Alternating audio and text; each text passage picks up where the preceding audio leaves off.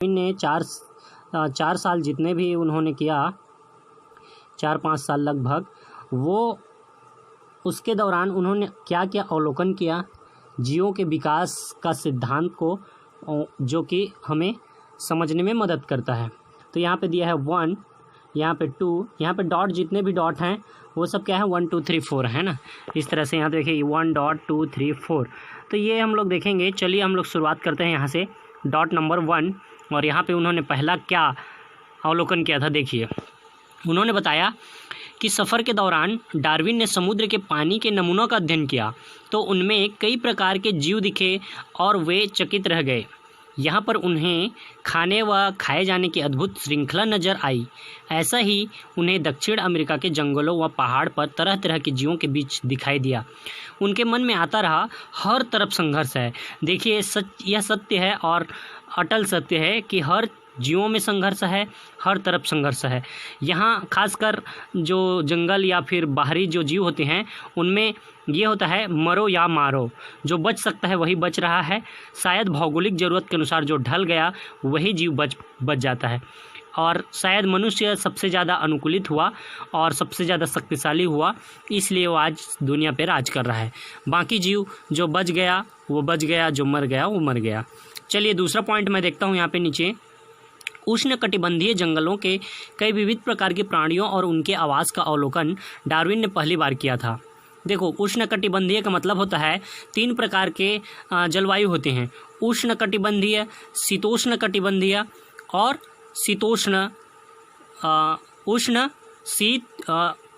उष्णकटिबंधीय, शीतोष्णकटिबंधीय और दोनों मिक्स वाला।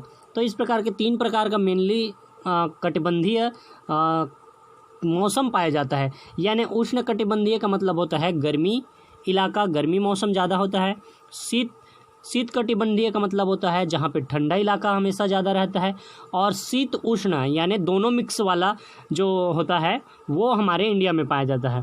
तो शीत कटिबंधीय, उष्ण कटिबंधीय और शीत उष्ण यानी शीतोष्ण कटिबंधीय 3 प्रकार के होते हैं, याद रखना।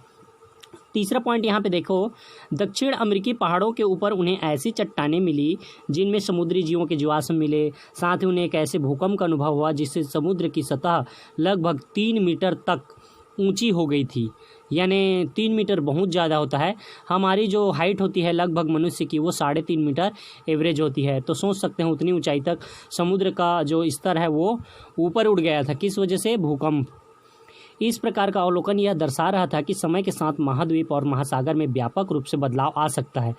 देखो, समय और स्थिति के अनुसार धीरे धीरे बदलाव आते रहते हैं भूगोल में।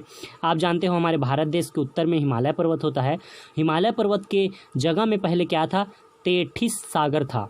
याद रखना, ये जीके में कभी आता है। जहाँ पर आज हिमालय पर्वत है वहाँ पे क्या था? तेठिस सागर, याद रखना। और उसके बाद नेक्स्ट पॉइंट में दिया है, रेतीले समुद्री किनारों के स्थान पर ऊंचे चट्टानों से घिरे समुद्री किनारों के अवलोकन से डार्विन यह अनुमान लगा पाए कि निरंतर चलने वाली प्रक्रियाओं से भी पृथ्वी की सतह पर परिवर्तन आ सकता है। इसीलिए कहते हैं कि अगर ज़्यादा गर्मी पड़ा तो हिमालय पर्वत का जो हिम यानी कि जो बर्फ़ है वो पिघलने लगेगा और समुद्र का सतह पानी से भरता जाएगा और वो ऊपर की तरफ आएगा। तो फिर हमारा जो किनारे किनारे हैं समुद्र के वो डूबते जाएंगे। इसलिए कहते हैं कि ज़्यादा गर्मी हमारे लिए हानिकारक या फिर हमारे लिए जगह की संभावना, जगह को कम कर देगा। ठीक है, आगे एक और पॉइंट दिया है, विशालकाय विलुप्त स्तनधारियों, सरीसृपों इत्यादि के जीवाश्मों से उन्हें पता चला कि पूर्व के जीवों और वर्तमान के जीवों में विभिन्नताओं के साथ साथ समानताएँ भी हैं। यानी उन्होंने बहुत सारे जीवाश्म को देखा और देखा कि कुछ जीव जो मर चुके हैं उनके जीवाश्म हैं वो पहले थे वैसे आज के जीव भी हैं। मतलब समानता भी है पूर्व और अभी के जीवों में, और साथ ही साथ विभिन्नताएं भी बहुत सारी हैं। अर्थात पृथ्वी की सतह पर परिवर्तन के साथ साथ जीवों में भी परिवर्तन आया। यहाँ पे ये बात को याद रखिए आपकी, पृथ्वी की सतह पर परिवर्तन तो होता ही है, साथ ही साथ जीवों में भी परिवर्तन आया होगा। आप जानते हैं मनुष्य में पहले ज़्यादा बाल होते थे, पूंछ होता था, ऐसा बोला जाता है। उसी तरह से धीरे धीरे उनका विकास हुआ, है ना। चलिए, आप यहाँ पे कुछ दिया है, एक मछली जैसा यहाँ पे चित्र दिया हुआ है। ये 1938 में अफ्रीकी तट के किनारे जब मछुआरों ने एक मछली जैसा जीव पकड़ा तब तहलका मच गया, क्योंकि तब तक यह मान्यता थी कि डायनासोर के साथ ही ये विलुप्त हो गए हैं। इसे सिल्केंथ नाम दिया गया। इनमें कुछ विशेषताएं उभयचरों की थी और कुछ मछलियों की, यानी ये थल में भी रह सकते थे, इस तरह की कुछ विशेषताएं थी। उस समय यह माना गया कि इसका विकास रुक गया था, इसे लंबे समय तक जीवित जीवाश्म कहा गया। परंतु अब हम जान गए हैं कि इनमें विकास की प्रक्रिया अभी भी हो रही है, इसलिए इन्हें जीवित जीवाश्म कहना ठीक नहीं होगा। तो ये एक मछली की बात है। आगे यहाँ पे और देखो, गलापागोस के द्वीप पर डार्विन के कुछ विशेष अवलोकन। देखो, एक द्वीप है दक्षिण अमेरिका के साइड, वो द्वीप मतलब टापू, समुद्र के बीच में टापू होता है वैसे। तो वहाँ पर ये कुछ समय रुके थे और यहाँ पे उन्होंने बहुत कुछ विशेष अवलोकन किया। यहाँ पे देखिए नंबर 1 2 3 है ना, यहाँ पे 4 5 यहाँ पे चित्र दिया हुआ है। तो देखिए, चलो यहाँ पे पढ़ते हैं। दक्षिण अमेरिका के इक्वेडोर नामक देश के पास स्थित गलापागोस टापुओं पर जब बीगल यानी जहाज पहुंचा, तो डार्विन को व्यापक अध्ययन करने का मौका मिला। टापुओं के इस समूह में कई छोटे छोटे टापू हैं जो ज्वालामुखी लावा से बने हैं। गलापागोस के टापुओं के कैक्टस तथा अन्य पौधे, छिपकली, पक्षी, कछुए, वर्मी आदि का डार्विन ने अध्ययन किया, जो कि चित्र 5 में दिया हुआ है। बीगल का सफ़र आगे बढ़ा और तब और उन्हें कई प्रकार की भू आकृतियाँ, विविध प्रकार के जीव और उनके आवास के बारे में अध्ययन करने का मौका मिला। उन्होंने मुख्य रूप से यहाँ तथा बीगल के पूरे सफ़र के दौरान जीवों के रंग, आकार, भोजन, आवास आदि संबंधी कई तथ्यों व प्रमाणों को जुटाया, उनका सूक्ष्म अवलोकन किया एवं तर्क के आधार पर कई बातों को समझने की कोशिश की। देखिए, ये पहले कैसे दिखते थे और अलग अलग प्रकार के जीव हैं। यहाँ पे ये 5वें नंबर में कछुआ है, 4थे नंबर में एक गौरैया जैसे छोटा चिड़िया, दूसरे नंबर में एक बड़ा चोंच वाली चिड़िया है ना, तीसरे में एक पौधा है, फर्स्ट में क्या है, छिपकली जैसा एक जानवर है जिसके ऊपर में मुर्गे जैसा बना हुआ है। उसके बाद विविधता और तथ्य का प्रमाण यहाँ पे हम लोग पढ़ते हैं। गलापागोस में डार्विन को तथ्य के रूप में कई प्रकार के जीवाश्म मिले। अच्छा, ये पढ़ चुका हूँ, आगे देखते हैं। गलापागोस में डार्विन को तथ्य के रूप में कई प्रकार के जीवाश्म मिले। यहाँ के वर्मी का जीवाश्म यह दर्शा रहा था कि पूर्व के वर्मी काफ़ी बड़े थे, जबकि उस समय डार्विन ने जिन वर्मियों का अध्ययन किया हुए आकार में छोटे थे। मतलब पहले बहुत ज़्यादा बड़े वर्मी पाए जाते थे और वर्तमान में छोटे। यहाँ पे देख सकते हैं 2 चित्र दिया है। जो जीवाश्म मिला था यानी जीवों का अस्म यानी उसका हड्डी वगैरह मिला था, वो बड़ा था हड्डी, लेकिन उसका जो वर्तमान समय था वो चूहे के समान ऐसे छोटा दिखता था, ये कहना चाहता है। और उन्होंने कहा उनके मन में यह बात आई कि समय के साथ वर्मियों में बदलाव आया है, समय के साथ उनके आकार में कमी आई है। जीवाश्मों के अध्ययन से हम यह पता लगा सकते हैं कि डार्विन ने कई अन्य जीवों के जीवाश्म जैसे घोंगे, सरीसृपों, स्तनधारियों के अध्ययन से बताया कि जीवाश्म पूर्व तथा वर्तमान में पाए जाने वाले जीवों के आपसी संबंध के साथ वर्तमान में पाए जाने वाले जीवों के आपसी संबंध दर्शाने वाली महत्वपूर्ण कड़ी है। यानी पूर्व और वर्तमान में आपस में एक संबंध है जो कि हम कड़ी की तरह जोड़कर कुछ अध्ययन कर सकते हैं। सर, गलापागोस के फिंच जाति के पक्षियों का अध्ययन करते समय डार्विन कुछ और तथ्यों के बारे में विचार करने लगे। फिंच हमारे देश की गौरैया की जाति से मिलते जुलते हैं। मैंने अभी बताया चित्र में ऊपर में था, ये गौरैया की तरह 4थे नंबर में। तो ये फिंच पक्षी के बारे में उन्होंने देखा कि गलापागोस में डार्विन ने लगभग 15 अलग अलग तरह के फिंच का अध्ययन किया। देखो, सभी फिंच है लेकिन 15 अलग अलग तरह के। उन्होंने देखा कि वैसे तो सारे फिंच एक जैसे हैं, मगर अलग अलग टापुओं पर मिलने वाले फिंच थोड़े अलग थे। खासकर इनकी चोंच और पंख के रंग में बहुत अंतर नजर आया। डार्विन ने सभी फिंच की चोंच को नापा तो आश्चर्यचकित हुए कि उनकी चोंच में इतनी विविधता कैसे। मतलब किसी का चोंच लंबा चौड़ा या किसी का दबा हुआ या किसी का नुकीला, इस तरह से था। तो उन्होंने देखा कि अलग अलग चोंच वाले फिंच का भोजन भी अलग अलग था, यानी उनके भोजन के आधार पर उनका चोंच फिट हो गया था, समझ लीजिए। कुछ बीज खाते थे, कुछ फल, कोई कीड़े खाते तो कोई फूलों का रस चूसते। तो गलापागोस के टापुओं में किसी टापू पर कीड़े थे तो कहीं ऐसे पौधे जिनके बीज कठोर आवरण वाले थे, तो कहीं नरम फल वाले पौधे भी थे। तो जितनी विविधता चोंच में थी उतनी ही विविधता खाद्य संसाधनों की उपलब्धता में भी दिखाई दी, अर्थात कार्य के अनुसार चोंच में विविधताएं आई। अब देखो, आप जो चीज़ खाओगे उसी तरह से जो चिड़िया है उसका भी चोंच बनता जाएगा। यानी आपको खुरचना है, कठोर फल या बीज को खाना है तो आपको क्या करना पड़ेगा, चोंच को नुकीला। तो ऐसे इनमें मिलते गया, अपने आप प्राकृतिक रूप से उनमें बदलाव आया था। और इस तरह से खाने पीने की चीज़ें अलग अलग थी, तो उनके चोंच का आकार भी अलग अलग हो गया था, ये कहना चाहता है। आगे बताया, डार्विन का मानना था कि यह फिंच इक्वेडोर से उड़कर गालापागोस पहुँचे और फिर अलग अलग टापुओं के अलग अलग परिवेश में जीने लगे। यानी डार्विन ने माना कि देखो ये सारे चीज़ जितने भी पक्षी हैं फिंच, वो सभी एक ही टापू में थे, फिर बाद में उड़कर दूसरे टापू में गए तो वहाँ दूसरा खाना मिला, तो दूसरा हिसाब से वहाँ जीने लगे, तो उनका चोंच का आकार भी बदल गया। इसलिए अलग अलग टापू में अलग अलग चीज़ खाने का था, तो चोंच भी अलग अलग प्रकार का हो गए, ऐसा कह रहा है। तो इसलिए संभव हुआ होगा क्योंकि फिंच की जो प्रजाति में विविधताएं दिखी, वो टापुओं में पाए जाने वाले खाने पीने की चीज़ों में भी विविधताएं थी, ऐसा उन्होंने सोचा। एक जैसी चोंच वाले पूर्वजों से कार्य के अनुसार फिंचों की चोंच में विविधताएं, सजातीय लक्षण तथा डार्विन ने इसे एक महत्वपूर्ण प्रमाण माना। यानी पूर्वज से कार्य के अनुसार फिंचों की चोंच में क्या हो गई, विविधताएं, साथ ही साथ सजातीय लक्षण भी दिखे। सजातीय लक्षण क्या है, आइए हम लोग इसका अवलोकन क्रियाकलाप से करें। पहले पौधों में फिर जंतुओं में। तो पहले हम लोग पौधों में देखेंगे सजातीय लक्षण क्या होता है। क्लियर?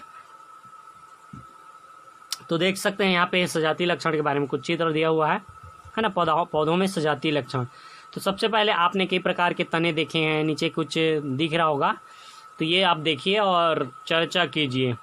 जैसे प्रदान, कद्दू, झुमकलता, कांटे, नींबू का होता है, आलू का कंद होता है, इन सभी की उत्पत्ति तने की कलिका से हुई है। यानी तने से जो कलिका निकलता है वहाँ से उत्पत्ति हुई है। तो इनका कार्य अलग अलग है, मतलब उत्पत्ति एक ही जगह से है और कार्य अलग अलग जगह से, मतलब कार्य अलग अलग होगा। तो इसको हम लोग क्या कहेंगे, सजातीय। ये इंपॉर्टेंट क्वेश्चन बनता है, सजातीय लक्षण किसे कहते हैं।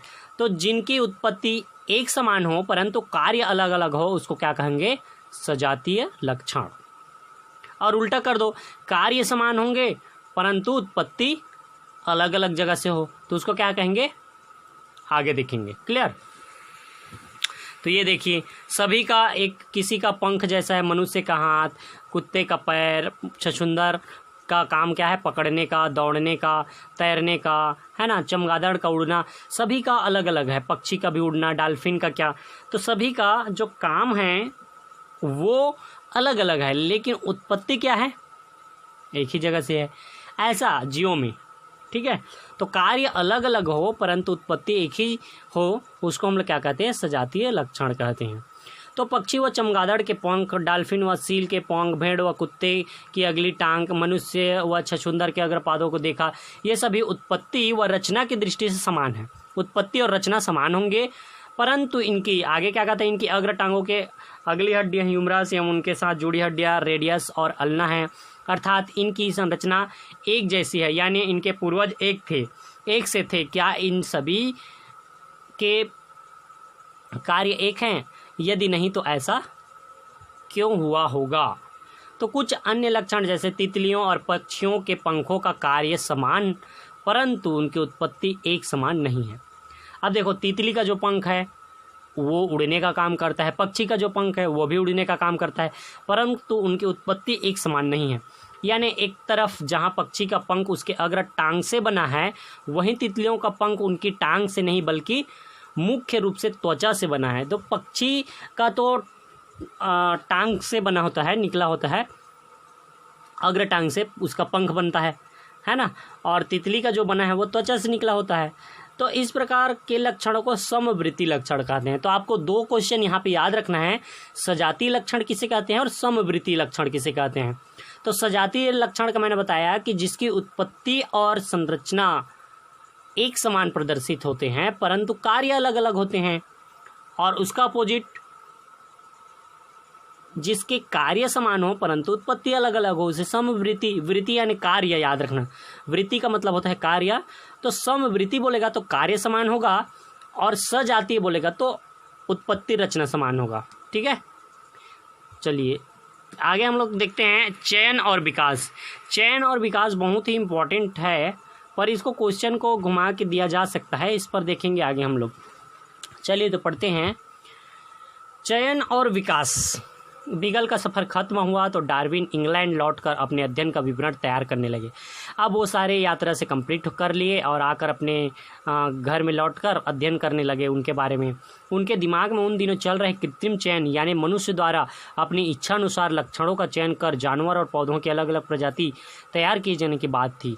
देखो, मनुष्य चाहे जैसा अपने अनुसार वो जीव जंतु को बनाने में लग गया था। उनके मन में यह विचार आया कि अगर मनुष्य नई प्रजाति तैयार कर सकता है तो क्या प्रकृति में दिखने वाले इतने विविध जीव प्रकृति में निरंतर होने वाले किसी चयन का प्रक्रिया का नतीजा है। जैसे देखो, आपको यहाँ पे देखो, मनुष्य अपने ज़रूरत के अनुसार चीज़ों को बना लेता है। जैसे देखो, पहले क्या आता था कि छोटा छोटा बेर होता था, तो बेर एक तरफ से छोटा छोटा था। चलिए मैं आपको थोड़ा एग्जांपल बताता हूँ। ये छोटे छोटे बेर हैं और ये बड़े बड़े बेर हैं, ठीक है। तो ये छोटा बेर जो है ये बहुत ज़्यादा क्या होता था, मीठा होता था, ठीक है। ये छोटा बेर क्या होता था, मीठा, लेकिन ये बड़ा बेर क्या होता था, खट्टा होता था। अब मनुष्य को क्या चाहिए, बड़ा भी चाहिए और मीठा भी चाहिए। तो मनुष्य ने क्या किया, इसके बड़े वाले गुड़ को लिया और इसके मीठे वाले गुड़ को, और इन दोनों को मिक्स करा दिया और संकरित क्रॉस करा के इन दोनों से एक तीसरे प्रकार का बेर उत्पन्न किया। उसको आप कटिंग या जो भी बोल सकते हैं इस तरह से। और तीसरे प्रकार का जो बेर आया वो बड़ा भी था और मीठा भी था। तो मनुष्य अपने इच्छानुसार चीज़ों को परिवर्तित करने लगा। तो इसी को डार्विन ने सोचा कि मनुष्य अपने इच्छानुसार नई प्रजाति तैयार कर सकता है, तो क्या प्रकृति में इतने सारे नई प्रजाति के जीव आते जा रहे हैं, बनते जा रहे हैं, तो क्या ये भी किसी का चयन का नतीजा है। यानी प्रकृति अपने हिसाब से चयन करती है, अपने हिसाब से प्रजाति तैयार करती है क्या, ऐसा उन्होंने सोचा। चलिए यहाँ से हम लोग आगे पढ़ते हैं। यहाँ से मनुष्य द्वारा लक्षणों का चुनाव कर जीव उत्पन्न करने की प्रक्रिया को क्या कहा जाता है। तो आपको मैं बता दूं, मनुष्य द्वारा पसंदीदा लक्षणों का चुनाव कर जीव उत्पन्न करने की प्रक्रिया को हम लोग क्या कहते हैं, उसको कृत्रिम बोलते हैं। चलिए आगे देखते हैं। डार्विन ने इसी आधार पर सुझाया कि प्राकृतिक चयन, नेचुरल सिलेक्शन, है ना, यानी प्रकृति में स्वतः चलने वाली चयन प्रक्रिया से दुनिया के अधिकांश जीवों की उत्पत्ति हुई है। प्राकृतिक चयन की प्रक्रिया को समझने के लिए पृष्ठ क्रमांक 341 में इस अध्याय संबंधी परियोजना कार्य दिया हुआ है, तो वो आगे देख सकते हैं। परियोजना कार्य से प्रकृति चयन की प्रक्रिया के बारे में हमें क्या समझ बनती है, क्या प्रकृति चयन कृत्रिम चयन जैसी ही कोई सोची समझी उत्पादन की प्रक्रिया है। तो मुझे तो नहीं लगता कि वो प्रकृति जो चयन करती है वो सोची समझी होगी, मनुष्य का अलग हो जाए, हालांकि वो अपने आप ढलते हुए परिवर्तन होता होगा। क्रियाकलाप 2 दिया हुआ है यहाँ पे, इसको आप देख लीजिएगा, पढ़ लीजिएगा। यहाँ पे कुछ दिया है कि आप जानते हैं कि यह कृत्रिम चयन का ही नतीजा है कि आज धान, गेहूँ इत्यादि की हजारों किस्में पाई जाती हैं। मतलब मनुष्य ने कृत्रिम रूप से कई प्रकार की किस्म का उत्पादन किया है, चाहे वो सरसों, साग सब्जी या फिर आप जो भी बोलो। आजकल देखे हो लौकी में इंजेक्शन लगाकर बहुत बड़ा कर दिया जाता है एक दिन में, है ना। आजकल हाइब्रिड हो गया है सारा चीज़, और जितने भी हाइब्रिड बोलते हैं वो संकरित होते हैं, वो मानव द्वारा नई प्रजाति, नए किस्में, नया उत्पादन बढ़ाने के लिए किया गया है। तो ये दिया हुआ है। और डार्विन बीगल यात्रा के लगभग 20 साल बाद एक और वैज्ञानिक इंग्लैंड से अमेरिका तथा एशियाई द्वीपों तक बीगल जैसी खोजी यात्रा में निकले थे। यह अल्फ्रेड रसेल वेलेस थे।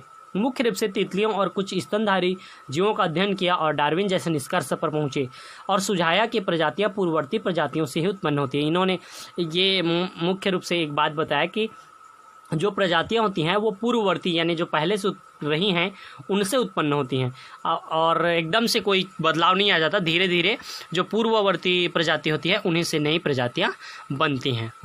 चलिए आगे और क्या दिया है देखते हैं।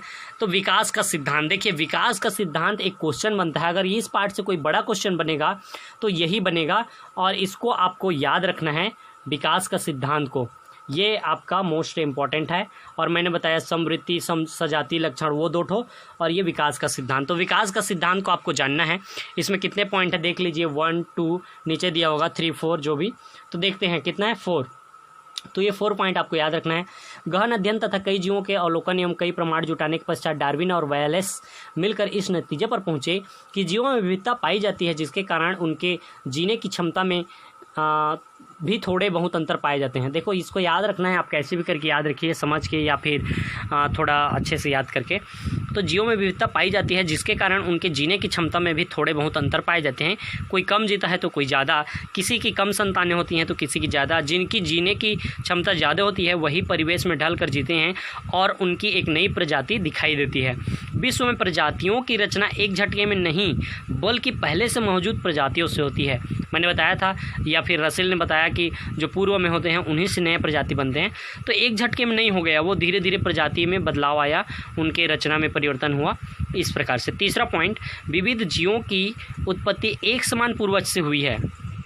समझ में आ रहा है? विविध जीवों की उत्पत्ति एक समान पूर्वज से हुई है, इसलिए विकास की प्रक्रिया को एक शाखित पेड़ के रूप में दर्शाया जा सकता है।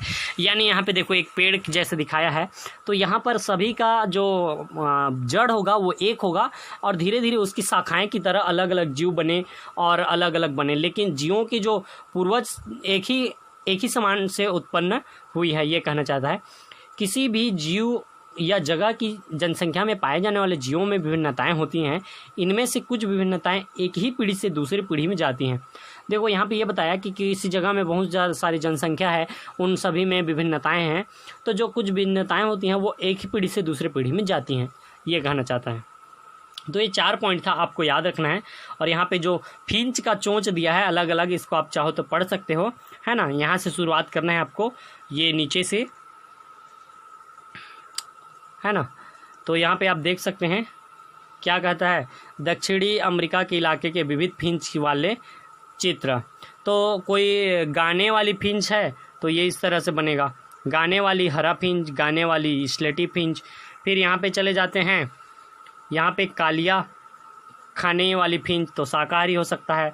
फिर पेड़ पर रहने वाली फिंच, तो पेड़ पर रहने वाले कीड़े खाने वाले, और फिर कीड़े खाने वाले को ऊपर में आपको दिया हुआ है कि वो क्या ऊपर में दिया हुआ है कि वो ग्रेव फिंच है कि कठफोड़वा यानी कठवे को, लकड़ी को, छोटे पेड़ पर रहने वाली, मध्यम, इस तरह से आप देख लीजिएगा, इसको आपको समझ में आ जाएगा। मेन बेस जो नीचे में है उसके ज़मीन पर रहने वाली ये नीचे दिया है यहाँ पे, ठीक है। यहाँ पे आगे हम लोग देखते हैं हर प्राणी, अच्छा यहाँ पे 5वां पॉइंट भी दिया है, विकास जो हमने पढ़ रहे हैं विकास के सिद्धांत में। तो आपको 4 ही नहीं 5वां 6वां भी याद रखना है, क्योंकि विकास का सिद्धांत अगर पूछेगा तो 4 नंबर का क्वेश्चन रहेगा। तो कम से कम आप 6 पॉइंट याद रखो, और याद हो जाता है तो 6 पॉइंट को लिखो। सेम टू सेम लिखने की ज़रूरत नहीं है, पर आप उसको लगभग उस टाइप से लिखा करो ताकि आपको अच्छे से नंबर मिल सके। तो 5वां पॉइंट देखिए, हर प्राणी विशेष का अस्तित्व बनाए रखने के लिए उनमें कुछ खास विभिन्नताएँ होती हैं।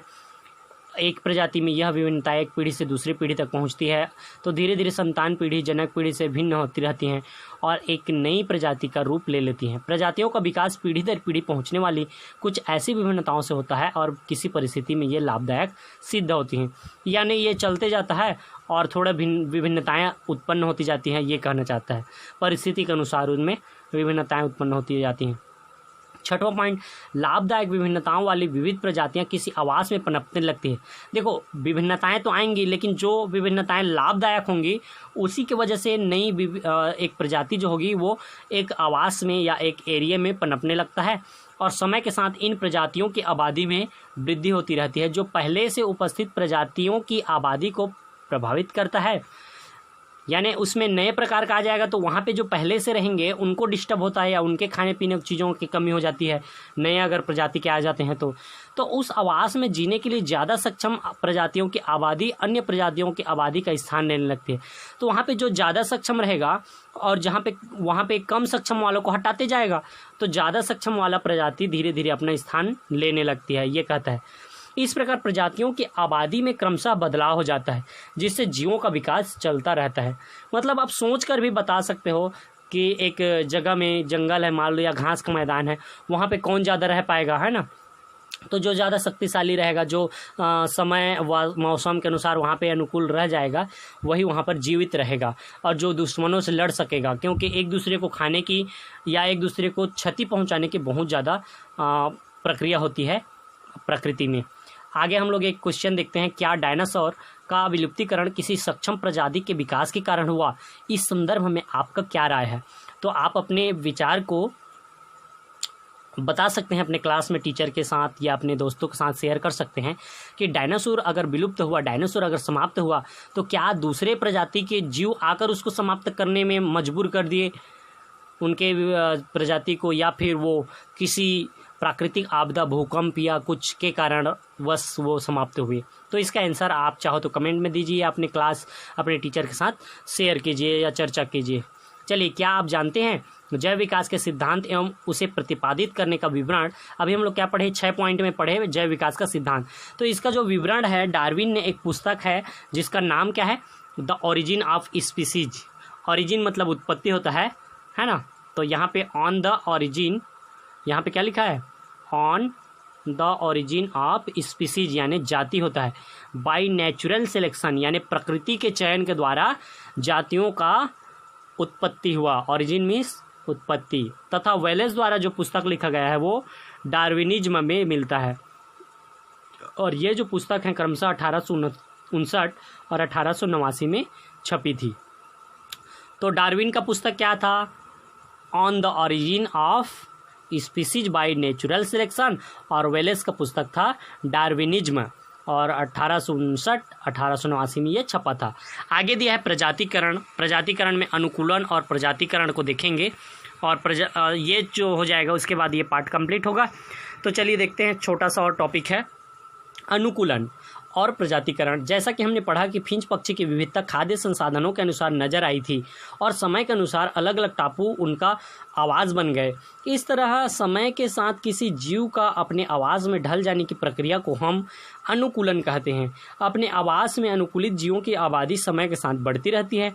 क्या डायनासोर अपने आवास में अनुकूलित नहीं रह पाए थे और इसलिए वो विलुप्त हो गए?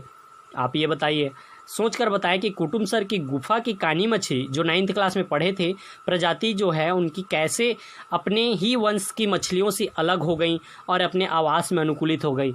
देखो, कानी मछली गुफा में चली गई और वहाँ पे अपने जीवन यापन करने लगी। जब गुफा में हमेशा अंधेरा था तो वो अपने आप क्या हो गई, अंधी हो गई, क्योंकि उनके आँख का कोई मतलब ही नहीं रहा, तो इसलिए उन लोग कानी मछली हो गई। पहले उनके जो पूर्वज थे वो साफ पानी में हुआ करते थे, तो उनमें आँखें अच्छी से दिखती थी। ये सब कहता है। तो समय के साथ परिवर्तन हुआ, तो ये क्यों हुआ, कैसे हुआ, डायनासोर क्यों मर गए, क्या उन्हें कोई मार दिया या फिर प्राकृतिक आपदा से मर, ये सब क्वेश्चन आपके मन में आने चाहिए और इसका आंसर आपको देना चाहिए। यही डार्विन ने भी सोचा था और उन्होंने अपने हिसाब से कुछ जीवों का अध्ययन करके बताया था, उसका पुस्तक में मैं बता दिया। फिर आगे देखो, हमने पढ़ा कि दक्षिण अमेरिका के महाद्वीप के फिंच के एक प्रजाति से गलापागोस जो है ना द्वीप में चला गया था, अलग अलग पनपने लगे, अलग अलग आवास में, अलग अलग उनका चोंच का प्रकार बन गया है ना। फिर ये लैंगिक प्रजनन करने में असमर्थ हो गए। यहाँ पे एक लाइन दिया है, फिंच के अलग द्वीप के फिंच के साथ लैंगिक प्रजनन करने में अच्छा, ये आप देख सकते हैं।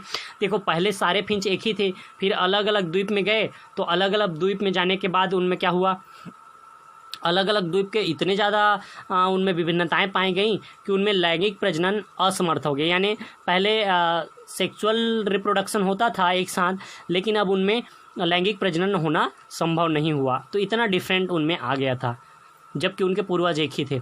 इस प्रकार जीवों की विविधता से अलग अलग प्रजातियों के बनने को प्रजातिकरण कहते हैं। तो ये याद रखिएगा कि जीवों में विविधता होने से उनके अलग अलग प्रजातियों में बनने की प्रक्रिया को हम लोग क्या कहेंगे, प्रजातिकरण कहेंगे। और आवास प्रकृति के अनुसार अपने आप को ढाल कर जीवन यापन करना क्या कहलाता है, अनुकूलन। तो अनुकूलन और प्रजातिकरण को आप एक परिभाषा ले सकते हैं, ये भी क्वेश्चन बन सकता है, ठीक है। तो यहाँ पे प्रजातिकरण ये याद रखना है, और अनुकूलन अपने आप को समय और आवास स्थिति के अनुसार ढाल कर चलना। क्लियर? तो ये हो गया प्रजातियाँ आखिर क्या हैं। तो ये लास्ट टॉपिक है, चलो इसको भी मैं पढ़ देता हूँ। प्रजातियाँ आखिर क्या हैं। डार्विन के समय से ही प्रजाति जीव के उस समूह को कहा जा रहा है जो आपस में लैंगिक प्रजनन कर सके। तो देखो, लैंगिक प्रजनन मतलब जान रहे हो कि आपस में सेक्सुअल रिप्रोडक्शन करना, मतलब आपस में नर और मादा मिलकर एक नए प्रजाति अपने जैसा समान जीव को उत्पन्न करना होता है। तो उसी को यहाँ पे बोला गया है, डार्विन के समय से ही प्रजाति जीव के उस समूह को कहते हैं। प्रजाति किसको कहते हैं? तो जीव के उस समूह को कहेंगे जो आपस में क्या कर सकें, लैंगिक प्रजनन कर सके, उसी को एक प्रजाति कहते हैं। देखो जैसे मनुष्य है, तो मनुष्य आपस में कहीं से भी, कहीं किसी भी देश का मनुष्य हो, आपस में वो यदि लैंगिक प्रजनन करके अपने समान नए बच्चे पैदा कर लेते हैं तो उसको एक प्रजाति कहेंगे। परंतु मान लो कोई विशेष जगह में कोई अलग टाइप का मनुष्य होगा, तो अगर उससे वो लैंगिक प्रजनन नहीं कर पाता है तो वो उसको हम लोग अपने प्रजाति में नहीं रख सकते। तो एक ही प्रजाति का मतलब मनुष्य कहीं भी हो, वो अगर लैंगिक प्रजनन कर सकता है, साथ में मिलकर नए बच्चे उत्पन्न कर सकते हैं, तो वो प्रजाति कहलाएंगे। उसी तरह से फिंच के जो पक्षी थे, अलग अलग टापू वाले अलग अलग फिंच के साथ लैंगिक प्रजनन नहीं कर सकते थे, तो उनको अलग प्रजाति फिर धीरे से माना गया। तो ये है प्रजाति की इस परिभाषा को जैविक प्रजाति माना गया है।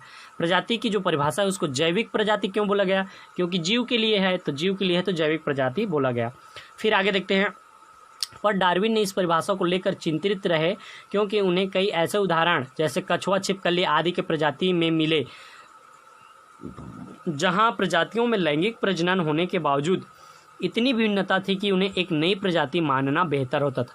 मतलब कई जगह ऐसे भी मिला कि लैंगिक प्रजनन तो हो गया, पर उनकी जो भिन्नता थी इतनी ज़्यादा हो गई थी कि उन्हें नई प्रजाति मानना बेहतर हो गया।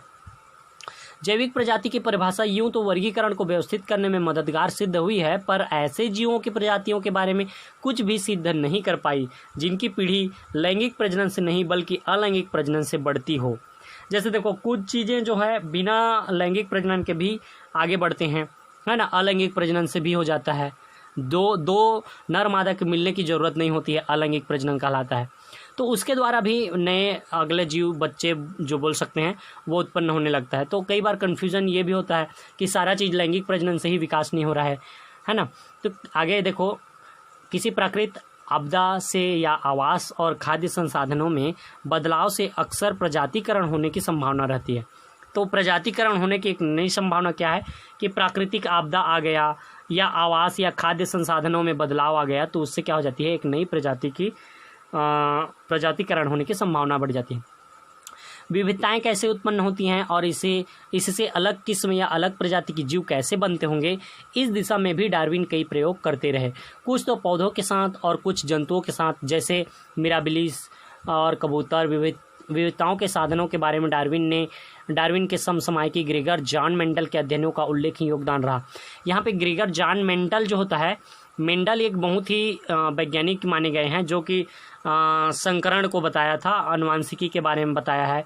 आनुवांशिकी मतलब जो एक पीढ़ी से दूसरे पीढ़ी में जाने वाले गुणों को आनुवांशिक कहते हैं। तो ये किसी अध्याय में पढ़ेंगे आगे। तो यहाँ से आपका ये चैप्टर कंप्लीट होता है और हम लोग नेक्स्ट में देखेंगे।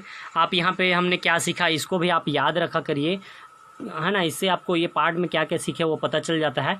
साथ ही साथ यहाँ पे सही विकल्प देख सकते हैं, इनको आप हल कीजिए, सही विकल्प और रिक्त स्थान की पूर्ति, और यहाँ पे क्वेश्चन आंसर जो दिया है इनका प्रैक्टिस कीजिए और नोट्स बनाइए। हो सके तो नोट्स थोड़ा शॉर्टकट में बनाइएगा ताकि आपको अच्छे से वो शॉर्ट में याद रहे, और उसको आप थोड़ा सा लिखने के टाइम प्रश्न या फिर नंबर के आधार पे उसको उस तरह से आप लिख सकते हो, ठीक है।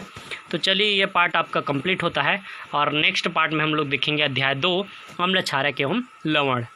तो चलिए, ओके, थैंक्स।